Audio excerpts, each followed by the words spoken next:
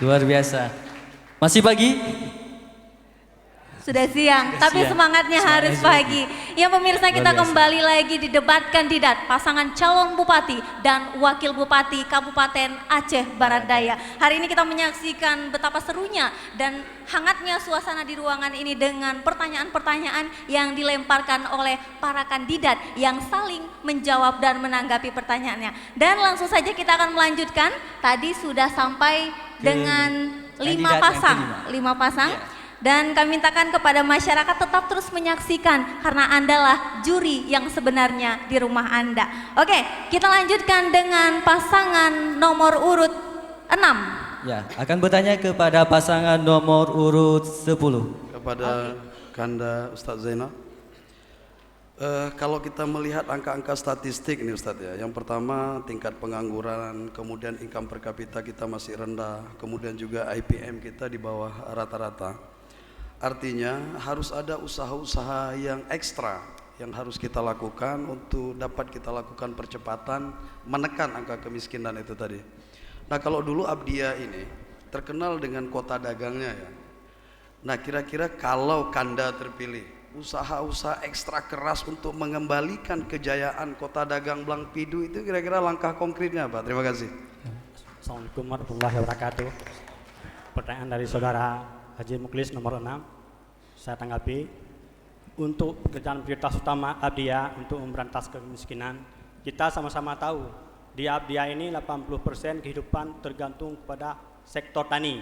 Itu dulu, karena itu motor gerak ekonomi. Hidup petani, hidup semuanya, jalan semuanya perdagangan.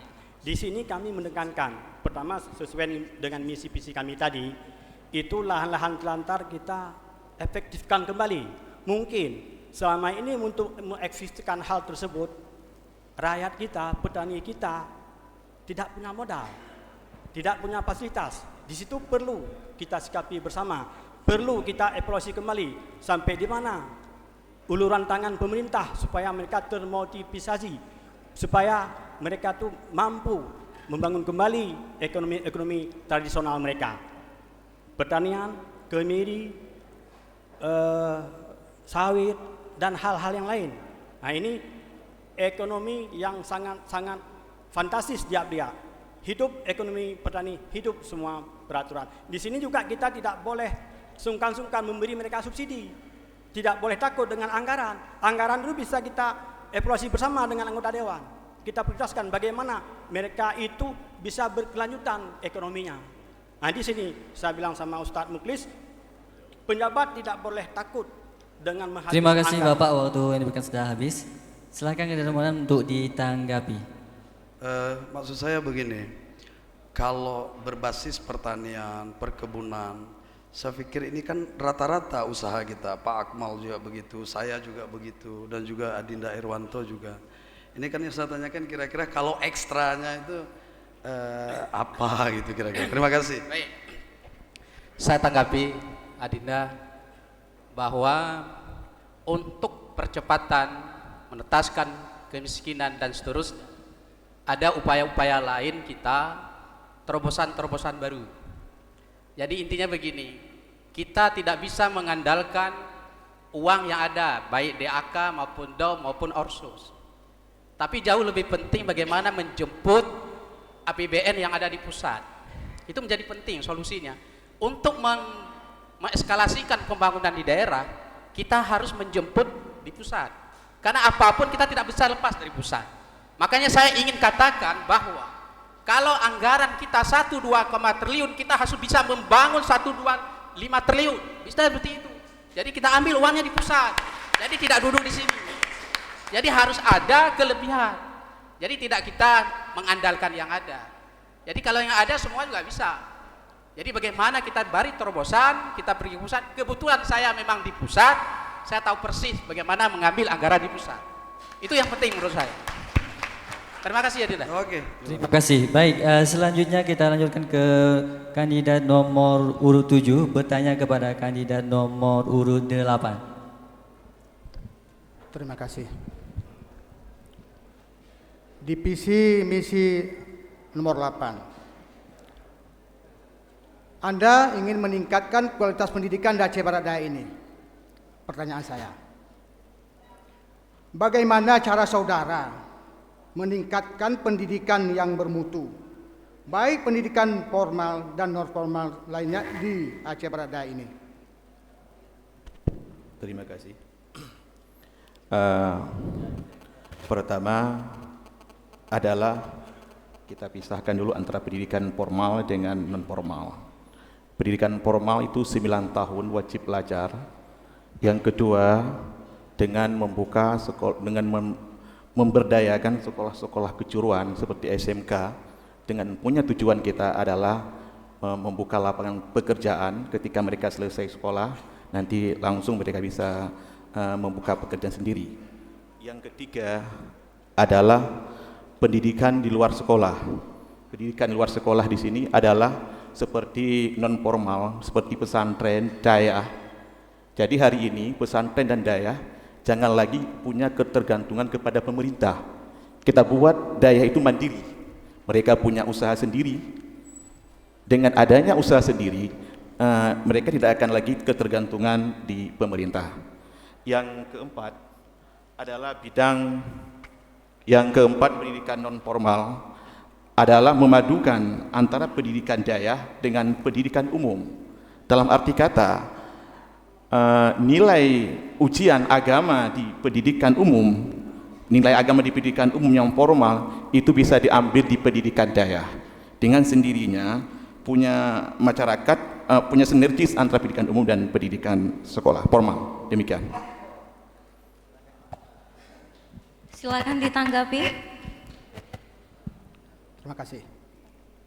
Untuk menselaraskan program ini, cara apa saja? Dananya dari mana saja? Untuk menselaraskan program-program ini, kita kan perlu dana-dananya dari mana saja? Menselaraskan program tersebut adalah guru di daya, di pesantren itu bisa mengajar di sekolah formal. Caranya, guru agama itu diambil dari lulusan-lulusan pondok pesantren, tapi guru agama yang sudah punya sertifikasi di MPU Aceh Barat Daya. Demikian. Sudah, terima kasih. Oke, cukup. Terima kasih. Kita lanjutkan dengan pasangan nomor urut 8 yang akan memberikan pertanyaan kepada pasangan nomor urut 5. Silahkan. Terima kasih. Kanda Menisa dan Kanda Ruslan. Salah satu program Kanda adalah menciptakan harga produksi untuk produk pertanian, perkebunan dan kelautan. Sedangkan kita mengetahui naik turunnya harga disebabkan oleh permintaan pasar, musim tanam, cuaca, kesediaan bahan baku maupun persoalan lainnya. Maka strategi apa yang dilakukan agar tetap harga tetap memihak kepada petani maupun nelayan? Yang kedua, program apakah program untuk para sarjana yang hari ini sangat banyak menganggur dan disiplin ilmunya berbeda-beda? Apa Anda program tersebut? Terima kasih. Oke, silakan ditanggapi 1,5 menit dari sekarang. Terima kasih. Nomor urut 8, kami coba menjawab sesuai dengan visi misi kami. Maka dari itu, kami dari nomor urut 5 menegaskan di dalam visi kami membuat sebuah sistem yang namanya penyangga harga melalui BUMD, supaya harga betul-betul bisa dikontrol sesuai dengan harapan petani, nelayan, peternakan, dan perkebunan, agar harga tidak bisa dimainkan oleh tengkulak-tengkulak baik dari dalam maupun dari luar Abdia. Saya rasa cukup di situ. Dan yang kedua, dengan mengenai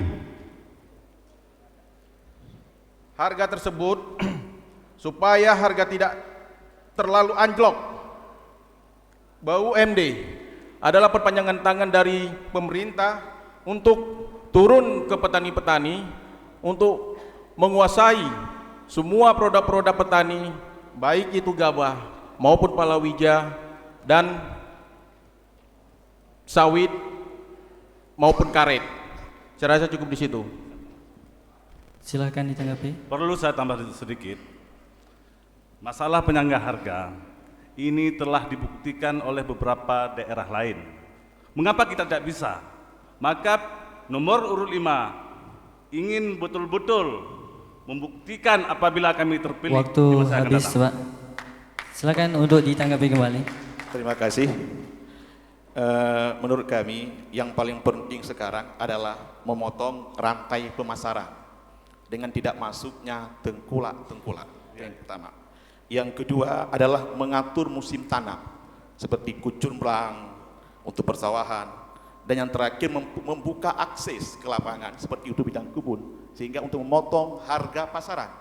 Jadi dengan adanya akses sekarang seperti sekarang ini, petani sawit, petani jengkol yang ada di gunung, ketika mereka tidak punya akses ke gunung, agak susah menurunkan harga pertanian. Demikian, terima kasih. Silakan ditanggapi kembali. Maka yang seperti yang kami katakan tadi, sesuai dengan visi misi kami, memang untuk di situ terjadilah salah satu pengurangan kemiskinan. Jangan petani ini selalu miskin. Kalau pemerintah tidak pernah memperdulikan nasib orang petani, jangan yang selama ini dikasih traktor, dikasih pupuk, dikasih padi, tidak ada penyuluhan. Dan setelah ada penyuluhan, maka hasil padi itu yang selama ini datang dari Medan baru harganya tinggi. Waktu panen raya harga padi udah 3.000. Kayak mana bisa makmur bertani? Maka dalam visi misi kami tekankan sekali lagi, penyangga harga inilah yang sangat penting, bahwa suatu masa petani ini akan makmur dan akan berhasil dalam bidang pertanian. Sekian. Terima kasih. Baik, selanjutnya kandidat nomor urut 9 bertanya ke kandidat nomor urut 1. Ya, silakan, waktu kami berikan, kita mulai dari sekarang. Terima kasih atas waktunya. Kanda Akmal Ibrahim, kami tertarik terhadap program kerja nomor 1, terutama dalam hal syariat Islam. Yang kami ingin ketahui adalah ketika menyusun sebuah program, pasti ada latar belakang, ada background. Yang kami ingin ketahui, apa masalah utama syariat Islam di Aceh Barat Daya. Kemudian yang ingin dicapai dengan program-program saudara terhadap syariat Islam itu apa. Jadi ada pemahaman syariat Islam di Aceh Barat Daya, sekarang situasinya seperti ini. Baru kita bisa mengintervensi. Jadi program itu datang setelah ada pemahaman terhadap konteks. Yang kami tanyakan adalah konteks syariat Islam di Aceh Barat Daya ini apa? Bagaimana? Terima kasih. Baik, kalau konteks ditanya syariat Islam itu konteksnya seluruh kehidupan, termasuk ketika kita berada di sini. Maka program-program itu real dia harusnya. Yang pertama, seperti saya katakan tadi, kegiatan keagamaan. Kegiatan keagamaan ini diberi insentif oleh pemerintah supaya dia dapat secara terus-menerus, dan kami sudah sangat pengalaman soal ini.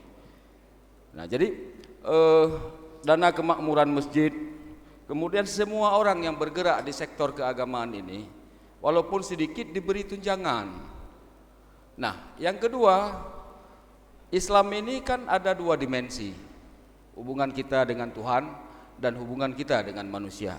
Hubungan kita dengan Tuhan itu adalah hak prerogatif kita. Yang tahu itu kita sama Tuhan. Yang perlu pembenahan banyak adalah hablum minan nasnya.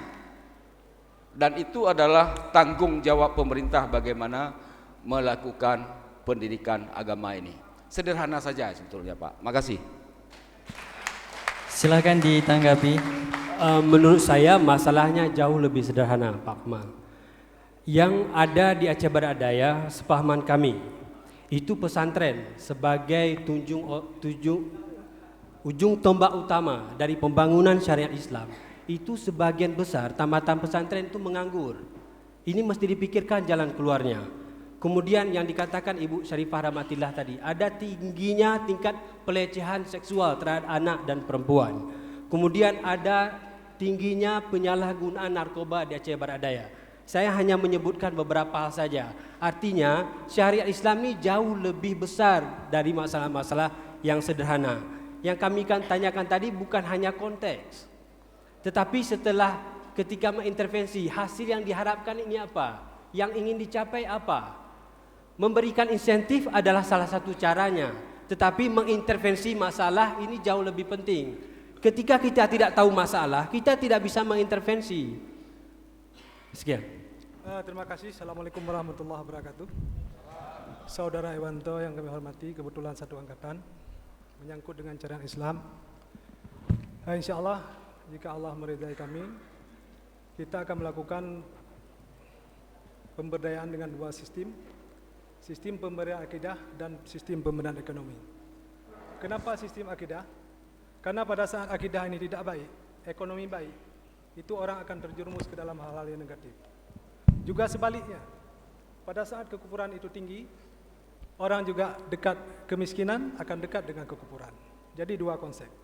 Kami akan membenah syariat Islam ini dengan tasitot yang kagadoh, tapuget yang kareloh.